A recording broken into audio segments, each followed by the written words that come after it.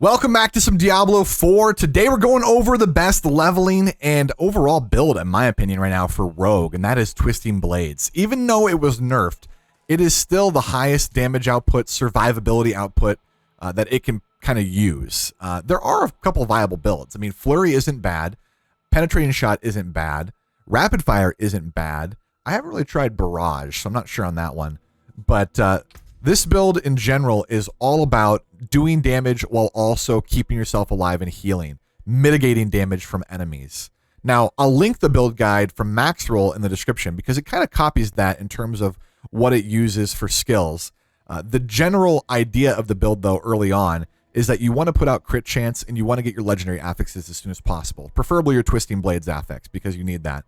Put it on an amulet or a ring because that'll last the longest. The difference between what I'm using and what they use is I kind of go a little bit more offensively with it. I don't roll defensives on my chest. I go for offensive abilities. I pick up a little bit of defensives here and there. And I do that only because I need to be able to run Temerity. And Temerity constantly generates a barrier while I'm critting and healing.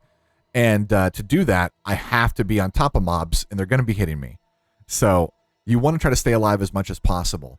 The important things to know about the build is that your two-hand weapon does not matter in terms of the damage that it is. It does matter on the rolls. You want to have vulnerable damage, dex, crowd control is not bad. A perfect roll looks like this. Core skill damage, dexterity, vulnerable, crit strike. And the reason that crit strike is so valuable, and in general swords are valuable, is because they roll crit strike damage as well in the top affix. If you're using daggers, which are not bad early game at all, it's more of a late game thing when you start getting a lot more crit chance. If you roll daggers, they have close damage instead of crit strike damage. So it's not like it's a negative. It's still very helpful for the build. But later on, when you start getting a lot more crit chance, it will be more valuable to use swords. So, and that is what you want on your weapons for sure. That's a perfect roll weapon. Unfortunately, it's not super high eye level. Ancestral gear rolls like 820, 830s. So I need to get a better one, but I won't replace that for a bit because the rolls were just on point. So I use Temerity to generate a barrier nonstop. And then when I have the barrier active, I deal extra damage with a barrier active. So the legendary affixes that I run are basic skills, grant damage reduction.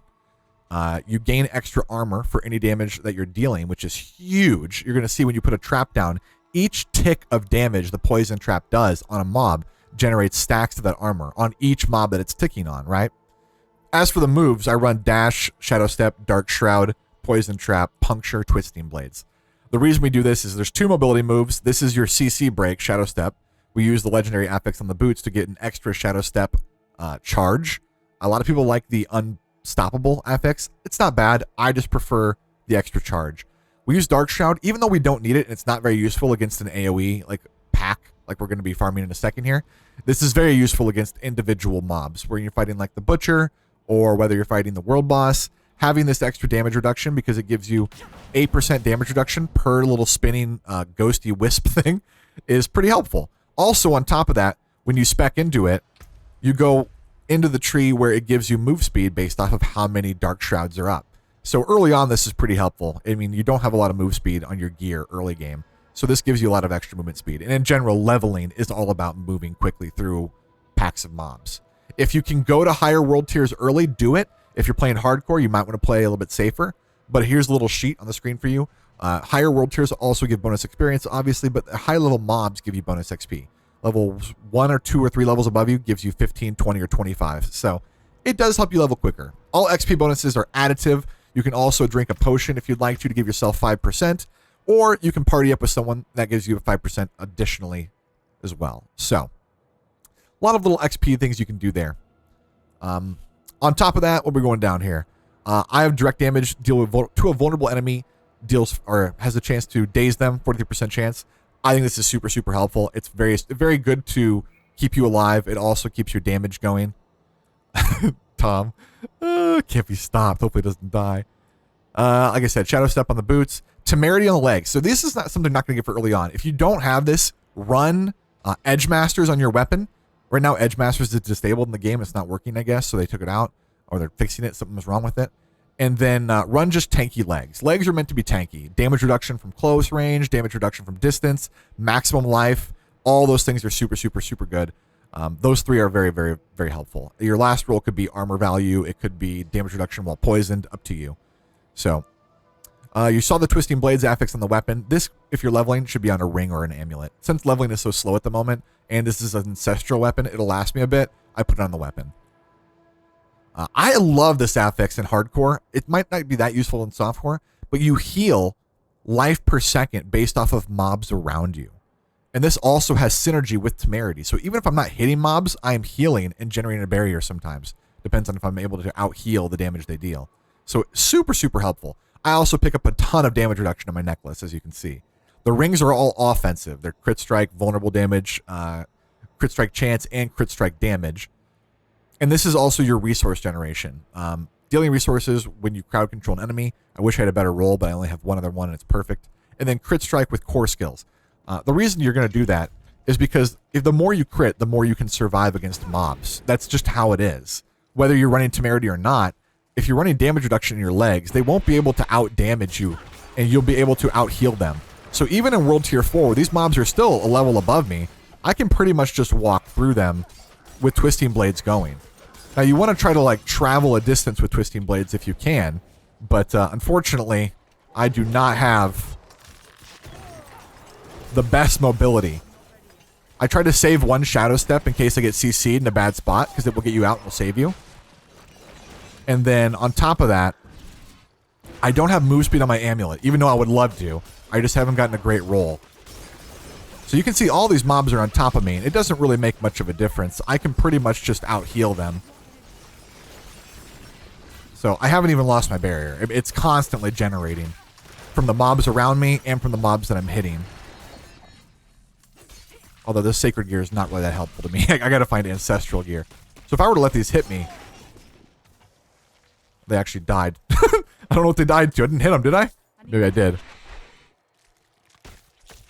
So you can see that they hit me, but I generate life back up. That one hits a little bit harder. I generate life back up just for that amulet affix. So super, super, super helpful for surviving. If you're in softcore, probably don't need it. You could probably go with damage. It's okay. If you die, it's not really that much of a punishment. So no biggie. Obviously, play more loose in hardcore. Play more aggressive. I would still highly recommend some of the affixes, like the armor percentage on gain, like on damage. So if I were to go like this and hit these things, right, my armor goes up to the point where I'm not even taking damage. Physical damage is reduced by 100%. So it's actually an insane affix to have on your items, whether you're hardcore or softcore. Super, super, super valuable. If you're wondering what dungeon I'm doing, it's called Champion's Rise. It's over here. Champion's Demise, I'm sorry. And on the map, it is located right here to the right of Gerondai. Right there. It's one of the best leveling ones. Pretty much everybody runs it. You can also do Nightmare Dungeons if you would prefer, but in general, I'm not a huge Nightmare Dungeon fan. I really don't like the idea of like random rolling affixes for Nightmare Dungeons. So I'll do them here and there when I want to level a glyph a little bit, but I don't really level my glyphs on my Paragon board yet. And if you're wondering what you use for the Paragon board, like I said, the max roll link is in the description. You kind of can just copy that, except you want to go with whatever you can as a better ability first. So for example, they don't have the exploit glyph until later on, but the exploit glyph additional bonus is so valuable that you want to pick it up as soon as possible, which is like in the second tree. So you deal an extra 7.9% vulnerable damage, but the extra bonus is that when an enemy is damaged by you, they become vulnerable. That's the best, like the best glyph in the game. That's a permanent, not, I guess it has a 20-second cooldown, but most things are going to die in 3 seconds. That means whatever you hit with any ability will become vulnerable. That's why vulnerable damage becomes so valuable on your rings and on your weapon and on everything. It's just so strong with that glyph. But that is pretty much the build. I could do another build guide in the future if you guys would like to see more. I have a super video being worked on right now. I've been collecting clips for a while, from the start of the hardcore journey to the death of the first hardcore, along with the rise of the second, and what we've been doing, the close calls we've had, along with the changes we've made. So I hope you guys will look forward to that, and it will be good. I'll try to get it out hopefully the next week or so. I'd like to finish the hardcore journey first if I can and reach level 100, but I gotta put some serious time in. And it was my birthday weekend. I'm old. I turned 32. And so I've been with family this weekend, not really playing as much as I should. But I hope this has helped you out. If you want to play Rogue, I would highly recommend you still run Twisting Blades even after the nerf.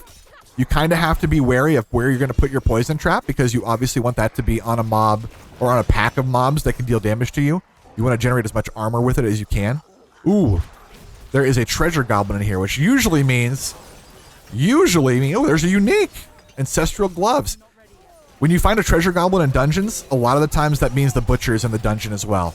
I'll fast forward if we find him or not, okay? Well, very surprising. There was actually no butcher. They're very, very common when you find the goblins in a dungeon. But just as a point of comparison, I went and turned the little discs in, which normally you won't do when you complete this. You kill the mobs and then you leave. Just the first 3 wings. You don't do the boss typically. But I wanted to show where you can use the dark shrouds and where they come into value, where you can kind of just sit on top of bosses and just poison them and hit them, and it's not a big deal. Like, you don't have to run away from a lot. The only problem and the weakness of this build is when a boss is hard hitting and you're not able to stand on top of them. They have very high mobility, they teleport around or they move quickly. You can't keep the poison trap on them. Bosses like that cause problems for this kind of build, and you kind of have to duck in and, you know, jump on top of them with Shadow Step and get your damage in when you can, and then try to avoid some damage. But otherwise, if you can get on top of them and they are not moving around too much, you can pretty much tank anything. Anyways, hope you guys enjoyed. If you have any questions, of course, feel free to leave a comment. I'll try to answer. And if you want more covered in the future, let me know what you'd like to see covered. Thanks for watching.